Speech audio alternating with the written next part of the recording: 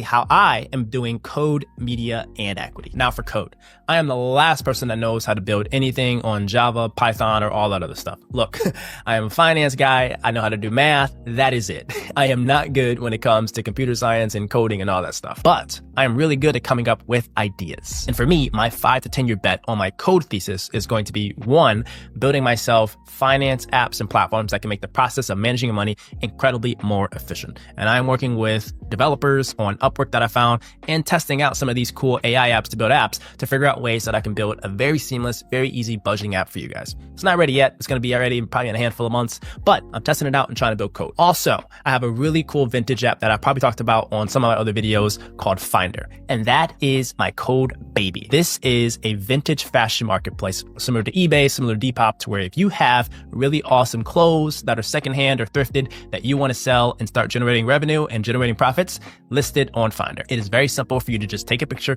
of your products, list 1 or 2 things about it, set a price, and then flip it on Finder. And then it markets to all the different vintage buyers across the entire world and gets you money by things that were sitting in your closet. I think that's a genius business idea. And I think the key driver of growth in that business is going to be marketing. So I'm doing a lot of influencer partnerships, throwing events, etc., but building a vintage community on Finder. So that's my code. And for media, you already know what I do. This is Kenny Finance, the home of smart money moves. And I'm a private equity investor turned YouTuber where I'm trying to take all the skills and the resources that I learned on Wall Street and give it to Main Street to help you guys make smarter decisions with your money. And my platform primarily is YouTube, but I think down the road, I'm going to launch Patreons, Discords, all kind of stuff. But also we're on social media outlets like Instagram, TikTok, Twitter, and I am literally anything that comes into my head about money or investing or budgeting, I just put it out onto the internet and let that stuff just go wherever it needs to go to help someone in need. So make sure you guys follow us on all of our social accounts, Instagram, TikTok, Facebook, Twitter, all that jazz, because there's a lot of good content coming out literally every single day